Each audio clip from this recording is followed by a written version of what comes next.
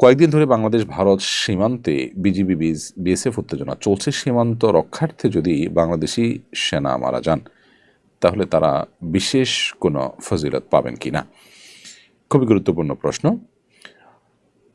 যে কোনো মুসলিম প্রধান দেশের ভূখণ্ড, সেখানে মুসলমানরা বসবাস করেন, তাদের নিরাপত্তা এবং তাদের ইবাদত বন্দিগির নিরাপত্তা, ইসলামের নিরাপত্তা, মুসলমানদের নিরাপত্তা, এটিকে মাথায় রেখে কেউ যদি আল্লাহকে সন্তুষ্ট করবার জন্য মুসলিম প্রধান দেশের ভূখণ্ডকে পাহারাদারি করেন, তিনি সীমান্ত পাহারার কাজে নিয়োজিত থাকেন, তাহলে সেক্ষেত্রে এটি তার ইবাদত হিসাবে গণ্য হবে ইনশাআল্লাহ তাআলা। কিন্তু উদ্দেশ্য হতে হবে আল্লাহ সুবহানাহু ওয়া তাআলার সন্তুষ্টি। চাকরি করেও আল্লাহর সন্তুষ্টি আশা করা যায় যে আমি এই সেক্টরে চাকরি করছি একটি বিশেষ ফজিলত লাভের আশায়, আল্লাহ তাআলার সন্তুষ্টি লাভের আশায়, তাহলে সেই চাকুরিটিও আপনার নেক আমল হিসেবে গণ্য হতে পারে।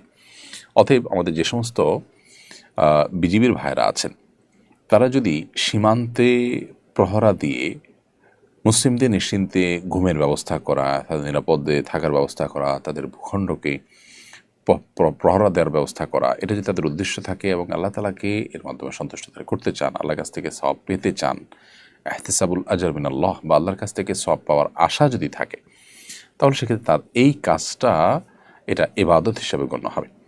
এবং ইবাদত হিসাবে গণ্য হওয়ার কারণে এর মাধ্যমে তিনি আল্লাহ সুবহানাহু ওয়া তাআলার কাছ থেকে আজর পাবেন। যেমন একটি হাদিস রয়েছে, নবী সাল্লাল্লাহু আলাইহি ওয়াসাল্লাম বলেছেন যে মুসলমানদের ভূখণ্ড এর নিরাপত্তা বা মুসলমানদের ভূখণ্ডের পাহারাদারি যদি কেউ করেন রাত জেগে, তাহলে সেটা দুনিয়া এবং দুনিয়ার মধ্যে যত কিছু আছে এর চাইতে উত্তম হবে। অন্য হাদিসে রয়েছে যে মাস জুড়ে রোজা রাখা এবং রাত জেগে ইবাদত করলে যে পরিমাণ সওয়াব পাওয়া যাবে, মুসলমানদের ভূখণ্ড পাহারাদারি করলে তার চেয়ে বেশি সওয়াব পাওয়া যাবে। এভাবে বিভিন্ন রকমের ফজিলতের কথা বর্ণিত হয়েছে যারা মুসলমানদের প্রহরার কাজে নিয়োজিত থাকেন তাদের জন্য।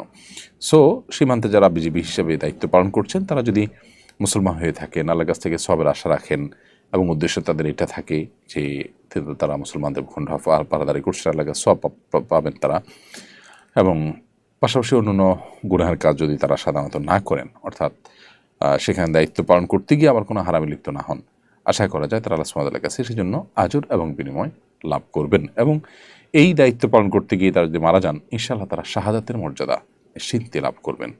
আল্লাহ তাআলা আমাদের বিজিবির ভাইদেরকে, আমাদের বর্ডারে যারা পাহারাদারি করছেন, আমাদের সীমান্ত যারা রক্ষা করার জন্য কাজ করছেন, আল্লাহ রাব্বুল আলামিন তাদেরকে হেফাজতে রাখুন, নিরাপদে রাখুন এবং তাদের ঈমান এবং আমলকেও আল্লাহ তাআলা সংরক্ষণ করার তৌফিক দান করুন।